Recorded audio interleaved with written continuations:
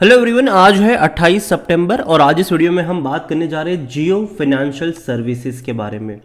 देखिए, जियो financial services का जो शेयर है वो रिलायंस इंडस्ट्री में से अलग हुआ पिछले महीने।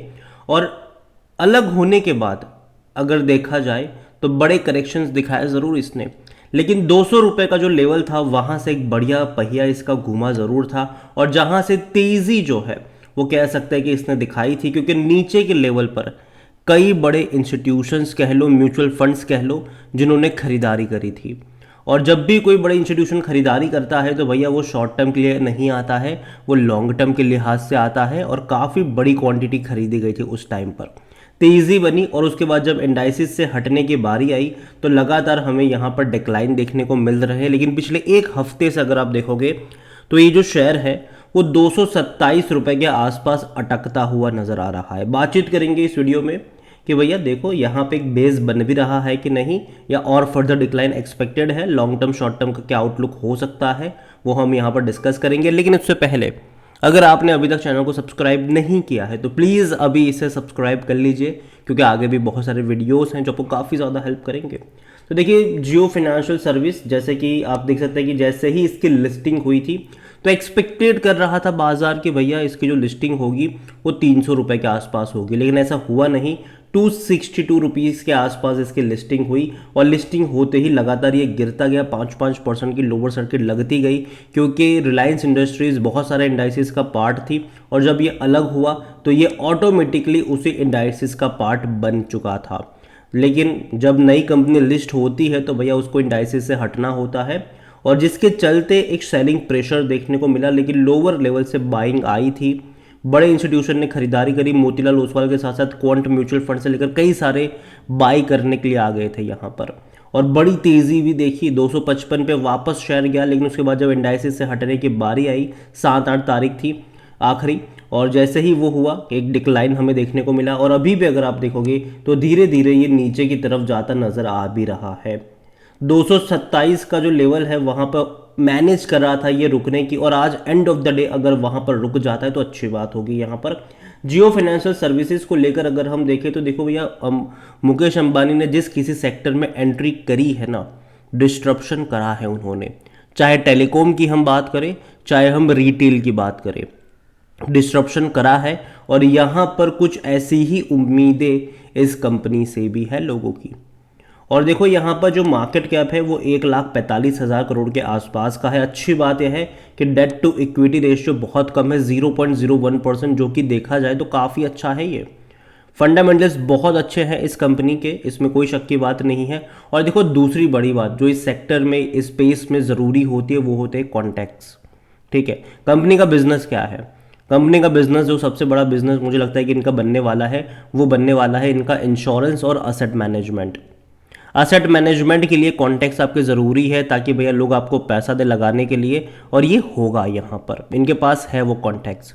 और बजाज फाइनेंस इसका सबसे बड़ा कंपटीटर है। तो इन अभी हाल फिलहाल में खबर भी आ रही है कि बजाज फाइनेंस जो है वो बहुत बड़े पैमाने पर फंड रेज कर रहा है, क्योंकि भैया जियो अब इतनी बड़े पैसों के साथ आ रहा है तो इनसे टक्कर लेने के लिए बजाज फाइनेंस को भी पैसों की ज़रूरत पड़ेगी।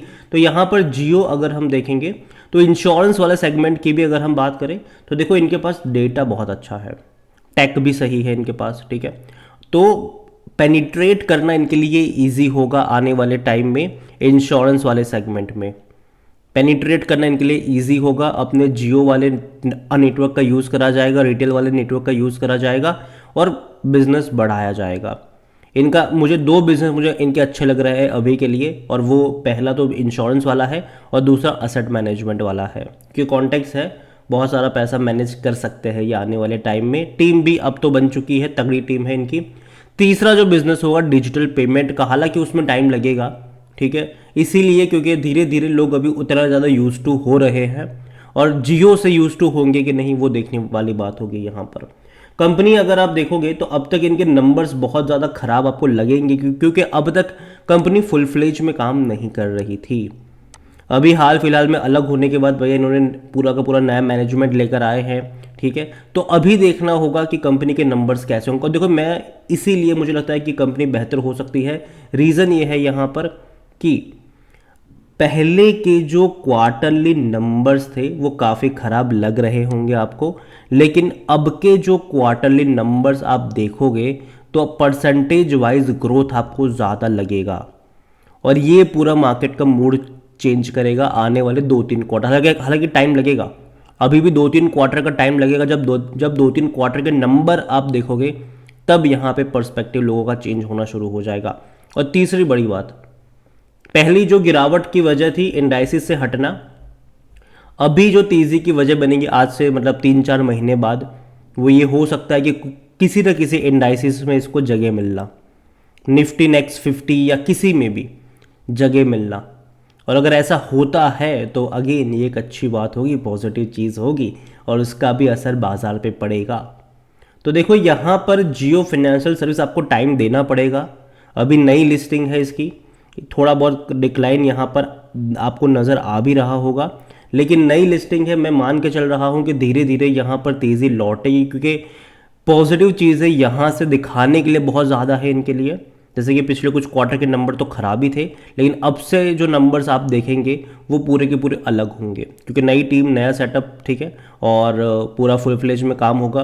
दूसरा यहाँ पर यह है कि अब तक हमने इंडाइसिस से इसकी एग्जिट देखी, 3-4 महीने बाद अब धीरे धीरे धीरे धीरे धीरे धीरे यहाँ पर इसकी एंट्री भी देखोगे।